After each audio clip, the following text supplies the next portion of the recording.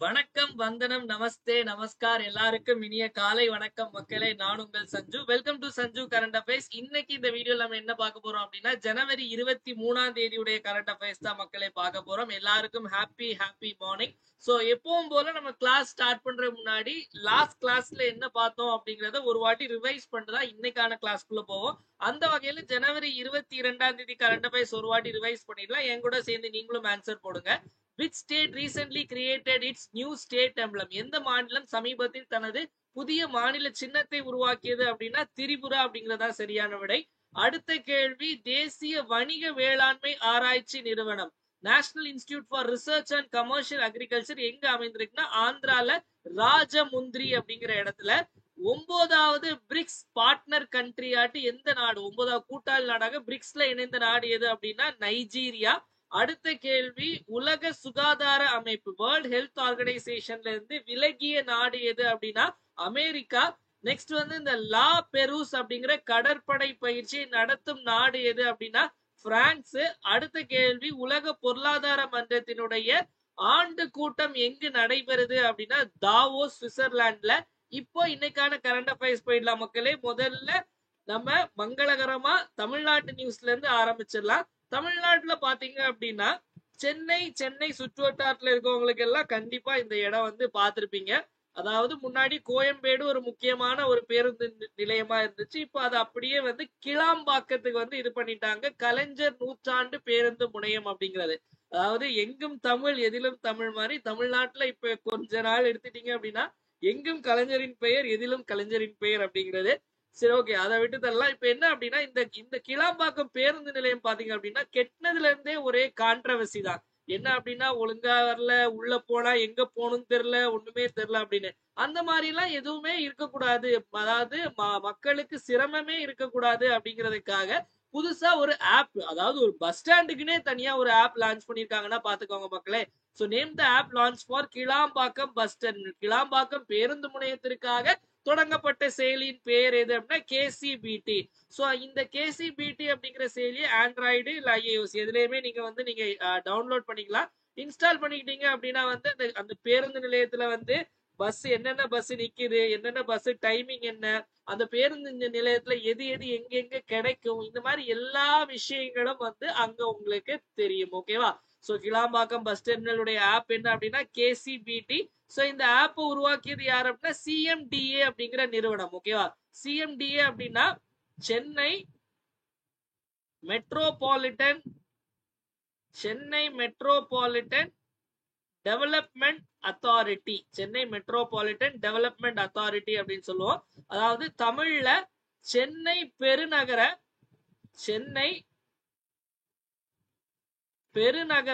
வளர்ச்சி குழுமம். சென்னை பெருநகர வளர்ச்சி குழுமம் இதான் இந்த CMDA அப்படிங்கிறது. சோ இவங்க தான் இந்த இதை உருவாக்குனது மக்களே. இந்த CMDA அப்படிங்கிற அமைப்பே எப்போ உருவாச்சு அப்படின்னா 1974 உருவாக்கப்பட்ட சென்னையுடைய வளர்ச்சிக்காகவே உருவாக்கப்பட்ட ஒரு அமைப்பு தான் இந்த CMDA. 1974 இவங்க இப்ப இந்த ஆப் லான்ச் பண்ணிருக்காங்க. ஓகேவா? நெக்ஸ்ட் நம்ம நேஷனல் நியூஸ் போயிடலாம் மக்களே. தேசிய செய்திகள்ல பாத்தீங்க அப்படின்னா நம்ம எல்லாரும் 2024 ஆண்டுல பாத்தீங்க அப்படின்னா ஒலிம்பிக் பார்த்திருப்போம். எங்க நடந்துச்சு அப்படின்னா பாரிஸ்ல. ஓகேவா? சோ இப்போ நம்ம இந்தியாவுக்கும் ஒரு ஆசை ரொம்ப என்ன அப்படின்னா கண்டிப்பா ஒரு வாட்டியாவது நம்ம ஒலிம்பிக் போட்டி நடத்தியே தீரணும் அப்படிங்கிறது. அது சம்பந்தமா தான் ஒரு நியூஸ் இப்ப பார்க்க போற மக்களே. Where was the first Olympic research conference held? முதல் ஒலிம்பிக் ஆராய்ச்சி மாநாடு எங்க நடைபெற்றது அப்படின்னா குஜராத்ல எக்ஸாக்டா எங்க அப்படின்னா காந்தி நகர்ல. குஜராத்ல எங்க அப்படின்னு கேட்டாங்க அப்படின்னா காந்தி நகர் மக்களே. அங்கதான் இந்த மாநாடு நடைபெற போகுது. இத பத்தி பேச போறாங்க. ஓகேவா? நம்ம எல்லாருக்கும் தெரியும் இந்த 2024 ஒலிம்பிக் போட்டி எங்க நடைபெற்றது அப்படின்னா பாரிஸ்ல நமக்கு நடைபெற்றது. ஒலிம்பிக்னு சொன்னாலே ரெண்டு விஷயம் இருக்கு மக்களே. அதாவது சம்மர் ஒலிம்பிக்னு சொல்லுவாங்க, இன்னொன்னு வின்டர் ஒலிம்பிக். ஓகேவா? நம்ம இப்ப பேச போறது எல்லாமே சம்மர் ஒலிம்பிக். வின்டர் ஒலிம்பிக் பத்தி பேச போறது இல்ல. 2024 நடந்த சம்மர் ஒலிம்பிக் பாரிஸ்ல. அதுல இந்தியா மொத்தம் எத்தனை மெடல் ஜெயிச்சாங்க அப்படின்னா மொத்தமே 6 மெடல் தான் ஜெயிச்சாங்க. மொத்தம் எத்தனை மெடல்? 6 மெடல். இந்தியாவுடைய ரேங்க் என்ன அப்படின்னா 71. ஓகேவா? இப்போ அதே மாதிரி 2028 ஒலிம்பிக் போட்டி எங்க நடைபெற போகுது அப்படின்னா லாஸ் ஏஞ்சல்ஸ் அப்படிங்கிற ஒரு இடம். லாஸ் ஏஞ்சல்ஸ் அப்படிங்கிற இடம் எங்க இருக்குன்னா அமெரிக்கால. இந்த அமெரிக்கால இருக்கக்கூடிய லாஸ் ஏஞ்சல்ஸ்ல தான் பாத்தீங்க அப்படின்னா ஏஞ்சல்ஸ் ஓகேவா, லாஸ் ஏஞ்சல்ஸ் அப்படிங்கிற இடத்துலதான் பாத்தீங்க அப்படின்னா ஒரே காட்டு தீ, பயங்கரமான தீ இருக்கு ஓகேவா, தீ எரிஞ்சிட்டு இருக்கு. ஓரளவு கட்டுப்படுத்திட்டாங்க. அடுத்து 2032 வந்து சம்மர் ஒலிம்பிக் போட்டி எங்க நடைபெறும் அப்படின்னா, நமக்கு 4 வருஷத்துக்கு ஒருக்கா ஒலிம்பிக் ஓகேவா. சோ 2026 வின்டர், அதாவது 4 வருஷத்துக்கு ஒருக்கா சம்மர் ஒலிம்பிக் கண்டக்ட் பண்ணுவாங்க. 2032 எங்க நடைபெற போகுது அப்படின்னா பிரிஸ்பேன் அப்படிங்கிற இடம், பிரிஸ்பேன் குயின்ஸ்லாந்து இங்க எல்லாம் ஓகேவா. இதெல்லாம் எங்க இருக்கு அப்படின்னா ஆஸ்திரேலியால இருக்கு. 2036 இன்னுமே ஃபைனலைஸ் ஆகல எங்க நடைபெற போகுது அப்படின்னு. அதுக்கு நிறைய நாடுகள் வந்து விருப்பம் தெரிவிக்கிறாங்க. அதுல வந்து முக்கியமான ஒரு நாடு வந்து இந்தியா. சோ இந்தியா வந்து எங்களுக்கு எப்படியாவது ஒரு வாய்ப்பு கொடுங்க ஐயா, நாங்க ஒலிம்பிக் நடத்தி காட்டுறோம் அப்படின்னு சொல்றாங்க. பாப்போம் இந்தியாவுக்கு அந்த வாய்ப்பு கிடைக்குதா, இந்தியாவுடைய அந்த ஃபாரின் லாபி எப்படி இருக்கு அப்படிங்கறத பார்க்கலாம். இது எல்லாமே நோட் பண்ணி வச்சுக்கோங்க ஓகேவா. சோ அடுத்த கேள்வி போயிடலாம். நெக்ஸ்ட் பாத்தீங்க அப்படின்னா நம்ம வந்து நிறைய திட்டங்கள் பார்த்திருக்கோம் மக்களே. ஒரு திட்டம் இருக்கு, அதாவது இந்த பிஎம் கிசான் திட்டம், அதாவது பிரதான் பிஎம் கிசான் திட்டம்னு ஒரு திட்டம். அந்த திட்டம் படி அந்த திட்டத்தை பார்க்கும்போது என்ன அப்படின்னா, ஏதாவது இந்தியால இருக்கக்கூடிய விவசாயிகள் எல்லாருக்குமே பாத்தீங்க அப்படின்னா, விவசாய குடும்பங்கள் எல்லாத்துக்கும் வருஷத்துக்கு 6000 ரூபாய் கொடுப்போம் அப்படின்னு வந்து சொன்னாங்க ஓகே. மத்திய அரசுல இருந்து கொடுப்பாங்க, ஃபுல் ஃபண்டையுமே வந்து மத்திய அரசே கொடுத்துருவாங்க. ஆனா இதுல எனக்கு பார்க்கும்போது ஒரு சின்ன வருத்தம் என்ன அப்படின்னா, அப்போ நிலம் உள்ளவங்களுக்கு மட்டும்தானே கொடுப்பாங்க, அப்ப இந்த நிலம் இல்லாதவங்களுக்கு இதை எப்படி கொடுப்பாங்க அப்படின்னு சொல்லி யோசிச்சுட்டு இருக்கும்போது சத்தீஸ்கர் மாநிலத்துல வந்து புதுசா ஒரு திட்டம் கொண்டு வந்திருக்காங்க மக்களே.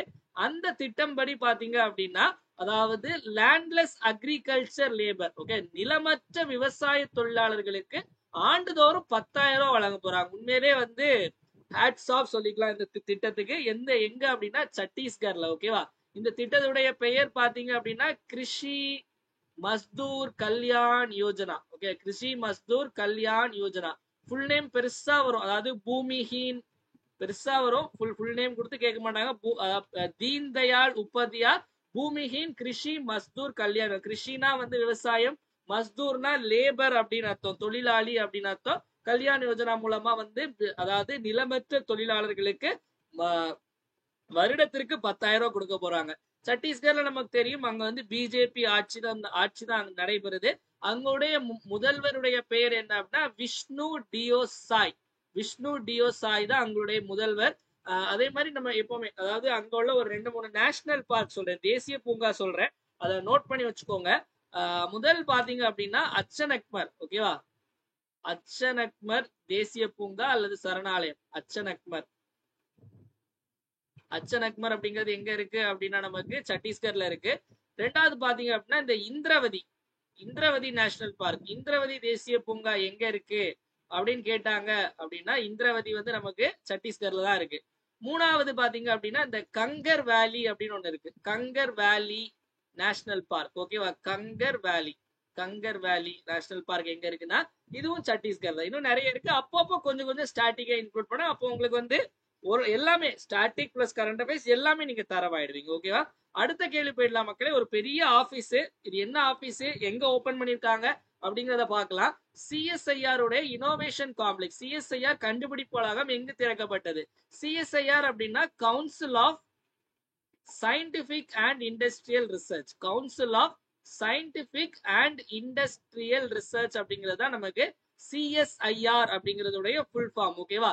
தமிழ்ல அறிவியல், அதாவது அறிவியல் மற்றும் தொழில்துறை ஆராய்ச்சிக்கான கவுன்சில், அறிவியல் மற்றும் தொழில்துறை ஆராய்ச்சிக்கான கவுன்சில் அப்படிங்கறதா இதனுடைய இது ஃபுல் ஃபார்ம். இது எப்ப ஆரம்பிக்கப்பட்டது அப்படின்னா 1942 தான். ஹெட் குவார்டர்ஸ் வந்து டெல்லியில தான் இருக்கு. இதனுடைய டைரக்டர் ஜெனரல், அதாவது இதனுடைய ஹெட் தான் வந்து டைரக்டர் ஜெனரல் சொல்லுவாங்க. தலைமை இயக்குனர் யார் அப்படின்னா நம்ம தமிழ்நாட்டை சேர்ந்த ஒரு சிங்கப்பெண். சோ ஆல்ரெடி நம்ம பார்த்துருப்போம், இவங்களுடைய பெயர் ஞாபகம் இருக்கா, கலைசெல்வி. சோ கலைசெல்வி அப்படிங்கறதா இவங்களுடைய பெயர். அப்படி நல்ல தம்பி கலைசெல்வி தான் இவங்களுடைய பெயர். நிறைய வாட்டி டிஎன்பிசி எக்ஸாம்ல கூட கேட்டிருக்காங்க ஓகேவா.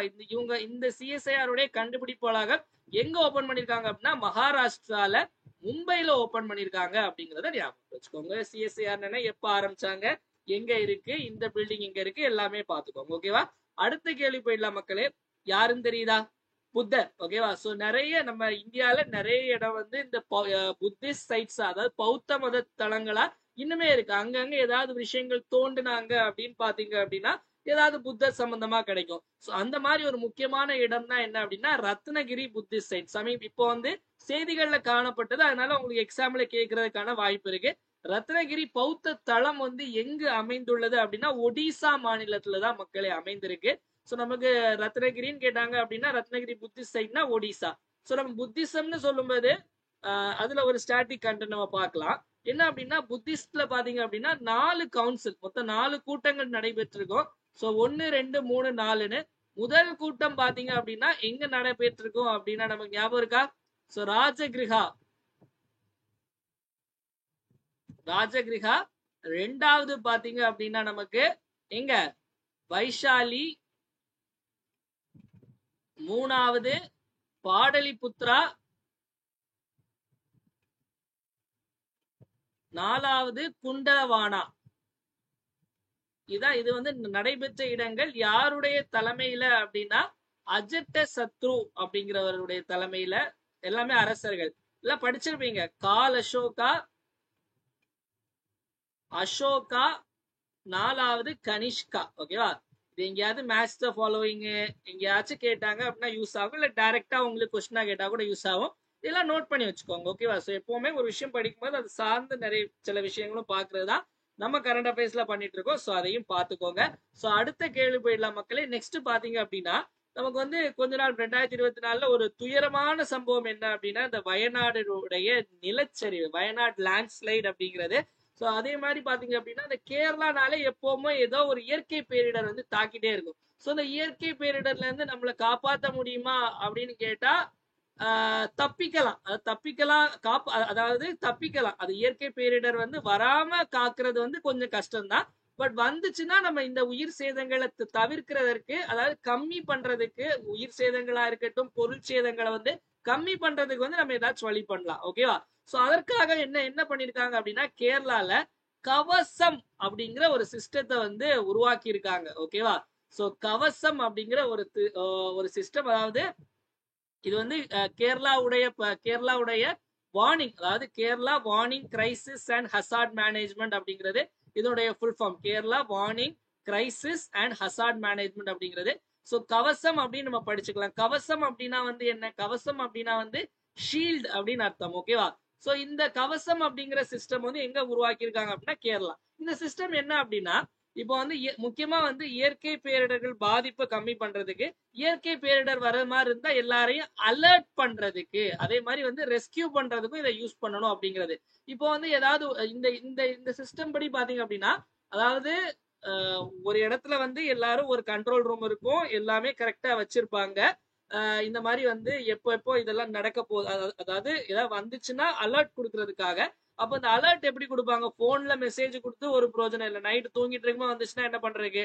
அதனால இந்த மாதிரி பாதிப்பு ஏற்படக்கூடிய இடங்கள்ல பாத்தீங்க அப்படின்னா அந்த high building, government building, government schooling எல்லாம் வந்து பெரிய பெரிய சைரன் பொருத்திருப்பாங்க. அதே மாதிரி வந்து ஆடியோ சிஸ்டம் இது பண்ணிருப்பாங்க. இங்க பேசுனா அங்க கேட்கிற மாதிரி ஒவ்வொரு தாலுக்லயும் வச்சிருப்பாங்க. சோ வந்து ஒரு அலர்ட் சிஸ்டம் மாதிரி காப்பாத்துறதுக்கும் அதை பயன்படுத்திக்கலாம். இதுதான் அந்த கவசம் அப்படிங்கிற ஒரு சிஸ்டம். இது எங்க இது பண்ணிருக்காங்க அப்படின்னா கேரளால அப்படிங்கிறது. நம்ம கேரளால ஆல்ரெடி பார்த்திருக்கோம். இந்தியால முதல்ல ஒரு மாநிலத்துக்காக தனியா ஒரு ஓடிடி தளம் ஆரம்பிச்சது யாரு அப்படின்னா கேரளா தான். அதனுடைய பெயர் வந்து C space. Amazon, Netflix, Amazon prime video, Netflix மாதிரி சி ஸ்பேஸ் அப்படிங்கிறது கேரளா மாநிலத்தினுடையது. ஓகே, இதையும் வந்து ஞாபகத்தில் வைத்துக் கொள்ளுங்கள். அடுத்தது பாத்தீங்க அப்படின்னா நமக்கு ஒரு ஃபெஸ்டிவல். இந்த ஃபெஸ்டிவல் வந்து நமக்கு எங்க நடைபெறுது அப்படிங்கறத நம்ம பார்க்கலாம்.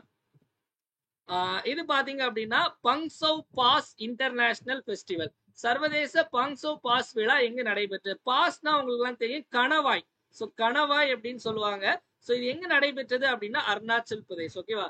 நமக்கு வந்து இந்த பாஸ் பத்தி நிறைய கேள்வி கேட்பாங்க, ஜியோகிராபி சைட்ல கேட்பாங்க. ஓகேவா? அதுல சில முக்கியமான பாஸ் எல்லாம் பாத்திரலாம். இப்ப நமக்கு வந்து அருணாச்சல் பிரதேஷ் சொல்லும்போது போம்டிலா அப்படிங்கிற ஒரு பாஸ் இருக்கு. போம்டிலா, அதே மாதிரி போம்டிலா. ஓகேவா? போம்டிலா, டிகாங். போம்டிலா, இந்த டிகாங், இந்த ரெண்டுமே பாத்தீங்க அப்படின்னா நமக்கு எங்க உள்ளது அப்படின்னா அருணாச்சல் பிரதேஷ். ஓகேவா? அதே மாதிரி வந்து வேற நிறைய இருக்கு. இப்போ நம்ம எக்ஸாம்பிள் சொல்லணும் அப்படின்னா நாத்துலா, நாத்துலா தமிழ்ல நோட் பண்ணிக்கோங்க. அப்படியே நாத்துலா, ஜெலப்லா இதெல்லாம் வந்து நமக்கு சிக்கிம்ல இருக்கக்கூடியது. அதே மாதிரி பாத்தீங்க அப்படின்னா சோஜிலா, சோஜிலா அப்படிங்கிறது ஜம்மு அண்ட் காஷ்மீர்ல இருக்கக்கூடியது. நெக்ஸ்ட் இந்த வேற இம்பார்ட்டண்டா அந்த சைட்ல அருணாச்சல் பிரதேஷ்ல, அதே மாதிரி இந்த ஹிமாச்சல் பிரதேஷ்ல ஒரு முக்கியமானது ரோஹ்டங் அப்படிங்கிற ஒரு பாஸ் இருக்கும். ஓகேவா, ரோஹ்டங் அப்படிங்கிற பாஸ் வந்து ஹிமாச்சல் பிரதேஷ்ல இருக்கு, இதுவும் முக்கியம்.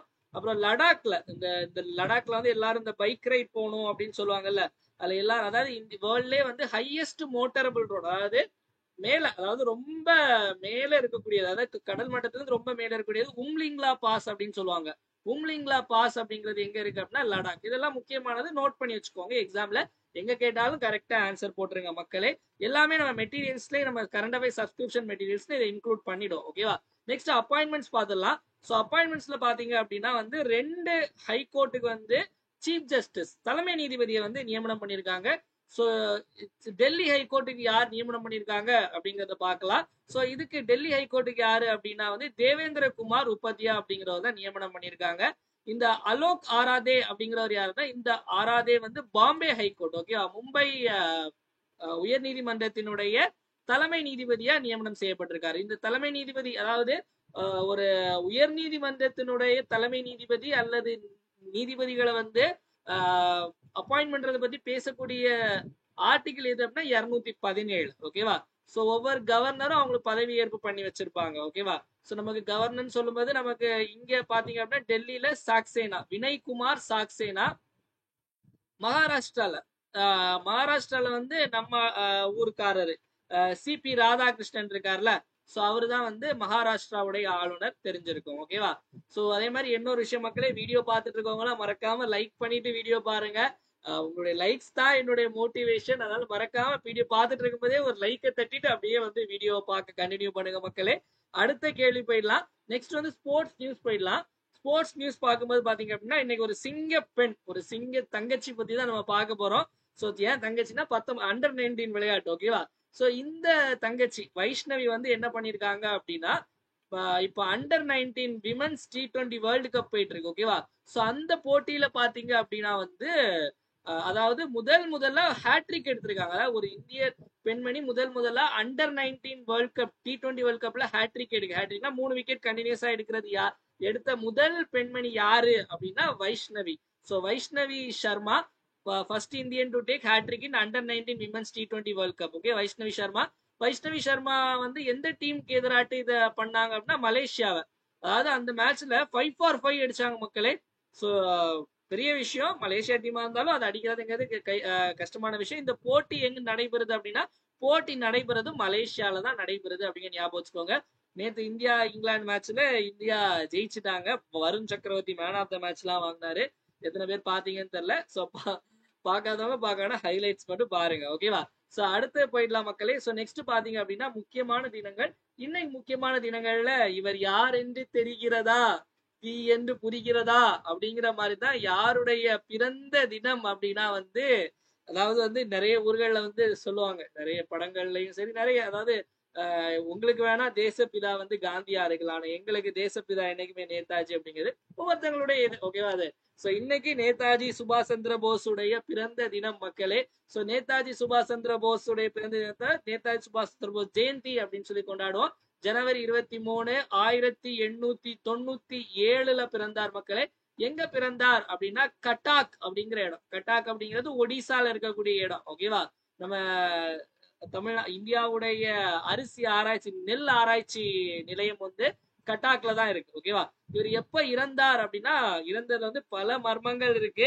ஆகஸ்ட் 18, 1945 ஒரு ஃபிளைட் கிராஷ் எங்க அப்படின்னா டாய்வான் பக்கத்துல, டாய்பே அப்படிங்கிற ஒரு இடம், டாய்வான் பக்கத்துல. இந்த இந்தியன் 2 படத்துல வந்து இந்தியன் தாத்தா ஒரு இடத்துல இருப்பார்ல, சோ அந்த அந்த இடம் தான் டாய்பே. ஆகஸ்ட் 18, 1945. இவர் இறந்து, அதாவது நேதாஜி சுபாஷ் சந்திர போஸ்க்கு வந்து இறந்துட்டாரா இல்லையா அப்படின்னு கேட்டா வந்து நிறைய அதை ஆராயதுக்கு வந்து நிறைய கமிட்டி போட்டாங்க மக்களே. சோ நிறைய கமிட்டி போட்டாங்க. அதுல பாத்தீங்க அப்படின்னா கோஸ்லா, கோஸ், ஓகே, அதாவது கோஸ்லா அப்படிங்கிற ஒரு கமிட்டி போட்டாங்க. அதே மாதிரி ஷா நவாஸ், ஓகேவா, ஷா நவாஸ் அப்படிங்கிற ஒரு கமிட்டி, ஷா நவாஸ், ஓகேவா, ஷா நவாஸ் அப்படிங்கிற ஒரு கமிட்டி. அதே மாதிரி முகர்ஜி ஆணையம்னு ஒண்ணு போட்டாங்க. இந்த மாதிரி ஒரு 3 கமிட்டி, இந்த 3 கமிட்டி தான் வந்து முக்கியமான கமிட்டி.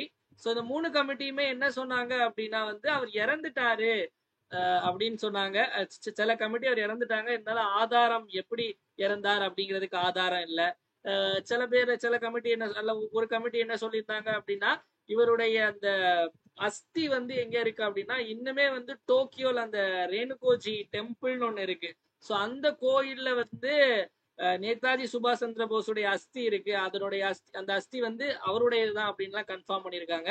சோ இது எல்லாமே முக்கியமானது. நம்ம டிஎன்பிசி எக்ஸாம் எந்த எக்ஸாம் படிச்சுன்னா இதெல்லாம் முக்கியமானது.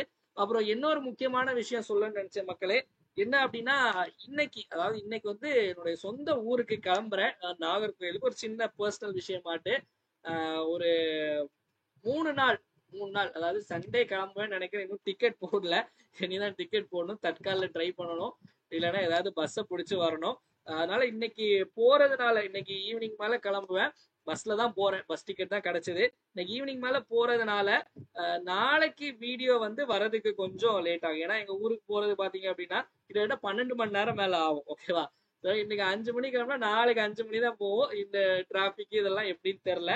அதனால நாளைக்கு வீடியோ வர்றதுக்கு, அதாவது ஜனவரி 24ஆம் தேதி பாத்தீங்க அப்படின்னா வீடியோ வர்றது கொஞ்சம் லேட் ஆகும். அப்படி இல்ல அப்படின்னா நான் அடுத்த நாள் வீடியோ ஜனவரி 24 வீடியோ போட்டுருவேன். மோஸ்ட்லி போட முடியலன்னா 24, 25 சேர்த்து போட்டுருவேன், ஓகேவா. சோ அதனால இதை நான் முன்கூட்டியே தெரிவிச்சுக்கிறேன், ஓகேவா. டன்.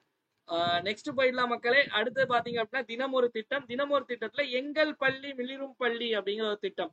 சோ பேரை வச்சு கண்டுபிடிச்சலாம். எங்கள் பள்ளி மிளிரும் பள்ளினா அப்படியே மின்னணும், தக மின்னணும். சோ எப்படி மின்னும், நல்லா வந்து கழுவி அழகா வச்சாதான் மின்னும். ஓகே, அப்ப ஜனவரி 9, 2023 ஆரம்பிக்கப்பட்ட திட்டம் தான் இது மக்களே.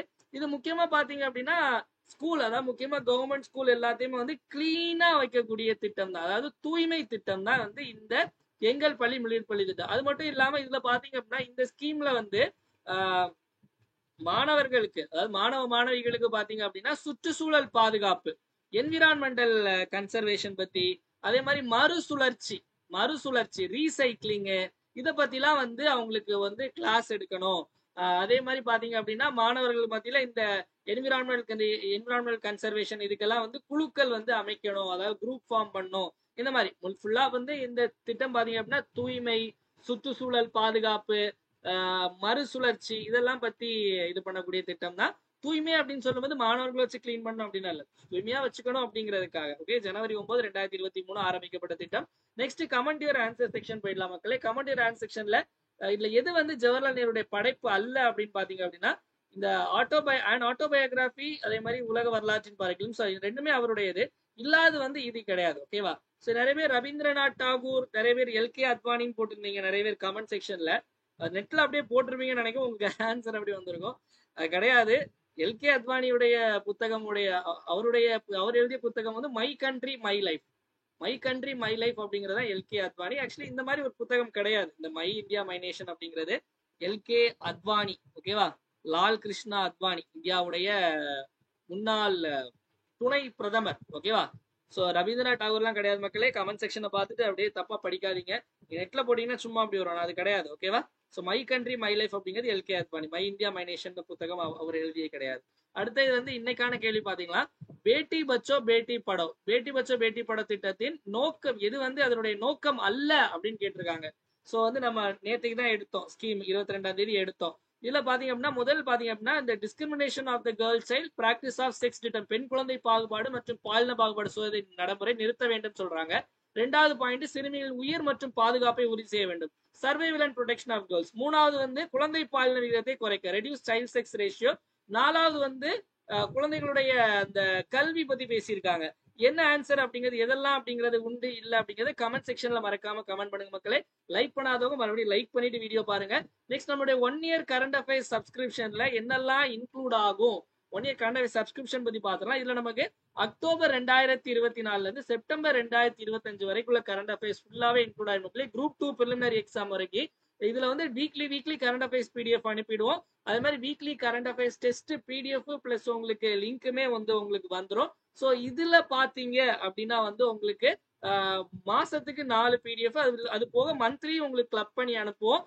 தமிழ் இங்கிலீஷ் ரெண்டுத்துலயுமே இருக்கும். ஸோ இதுல வந்து நமக்கான பிடிஎஃப் எப்படி இருக்குன்னா இந்த மாதிரி இருக்கும். கிளாஸ்ல எடுக்கிற கண்டென்ட், கிளாஸ்ல சொல்ற எக்ஸ்ட்ரா பாயிண்ட்ஸ், கிளாஸ்ல சொல்லாத நிறைய விஷயங்கள், இன்னும் நிறைய எக்ஸ்ட்ரா கண்டென்ட் இதுல ஆட் பண்ணிருப்போம் மக்களே. இதுல இங்கிலீஷ் தமிழ்லயும் இருக்கும், இங்கிலீஷ்லயும் இருக்கும். இம்பார்ட்டன்ட் பாயிண்ட்ஸ் ஹைலைட் பண்ணிருப்போம். டெஸ்ட் பாத்தீங்க அப்படின்னா லிங்க்லயும் இருக்கும். இந்த மாதிரி பிடிஎஃப் உங்களுக்கு அனுப்புவோம். Statement wise, match the following, choose the correct pair, சரியான நேர்த்தி, இதுக்கும் நமக்கு தமிழ் இங்கிலீஷ் இருக்கும். இதுல பாத்தீங்க அப்படின்னா ஆன்சர் கீ எக்ஸ்பிளனேஷனும் நம்ம கொடுத்துருவோம். இதுலயே நிறைய எக்ஸ்ட்ரா பாயிண்ட்ஸ் ஆட் பண்ணிருப்போம் டெஸ்ட் மூலமாவும். சோ இதுல ஜாயின் பண்ணி நினைக்கிறவங்க 9445275642 அப்படிங்கிற இந்த நம்பருக்கு 750 ஜிபே அல்லது போன்பே பண்ணிட்டு இதே நம்பருக்கு வாட்ஸ்அப்ல ஸ்கிரீன்ஷாட் அனுப்பி நீங்க ஜாயின் பண்ணிக்கலாம் மக்களே. இதை மட்டும் படிச்சாலே போதும் டிஎன்பிஎஸ்சி, எஸ்எஸ்சி, ரயில்வே, டிஎன்யூஎஸ்ஆர்வி, பாண்டிச்சேரி எக்ஸாமுக்கு. நெக்ஸ்ட் வந்து நம்மளுடைய சஞ்சு கரண்ட் அஃபேர்ஸ் அப்படிங்கிற ஒரு டெலிகிராம் பேஜ் இருக்கு மக்களே. இந்த டெலிகிராம் பேஜுடைய லிங்க் கீழே டிஸ்கிரிப்ஷன்ல ஃபர்ஸ்ட்லயே இருக்கும். இல்ல டெலிகிராம்ல போய் சஞ்சு கரண்ட் அஃபேர்ஸ் அப்படிங்கறத சர்ச் பண்ணுங்க, வரும். இதுல பாத்தீங்க அப்படின்னா டெய்லி குவிஸ் போடுவோம். அது மட்டும் இல்லாம நியூஸ் பேப்பர் கட்டிங், இங்கிலீஷ்ல தி ஹிந்து, தமிழ்ல தினமணி, இந்த 2 நியூஸ் பேப்பர் கட்டிங்கும் போடுவோம். அதே மாதிரி இன்ஸ்டன்ட் நியூஸ் அப்டேட், நோட்டிபிகேஷன் எல்லாமே டபுள் போடுவோம். நேற்று கூட யூபிஎஸ்சி நோட்டிபிகேஷன் வந்து அப்ளை பண்றவங்க சீக்கிரமா அப்ளை பண்ணிக்கோங்க. நெக்ஸ்ட் பாத்தீங்க அப்படின்னா இவ்வளவு நேரம் நிறைய விஷயங்கள் பார்த்தோம். ஒரு டைம் எல்லாத்தையும் ரிப்பீட் பார்த்தலாம், என் கூட சேர்ந்து ஆன்சர் போடுங்க. கிளாம்பாக்கம் பேருந்துநிலைய ஆப், கேசிபிடி ஆப், இந்த ஒலிம்பிக் ஆராய்ச்சி மாநாடு குஜராத் காந்தி நகர்ல 10,000 வந்து எங்க கொடுக்குறாங்கன்னா சத்தீஸ்கர், அதாவது விவசாய தொழிலாளர்களுக்கு.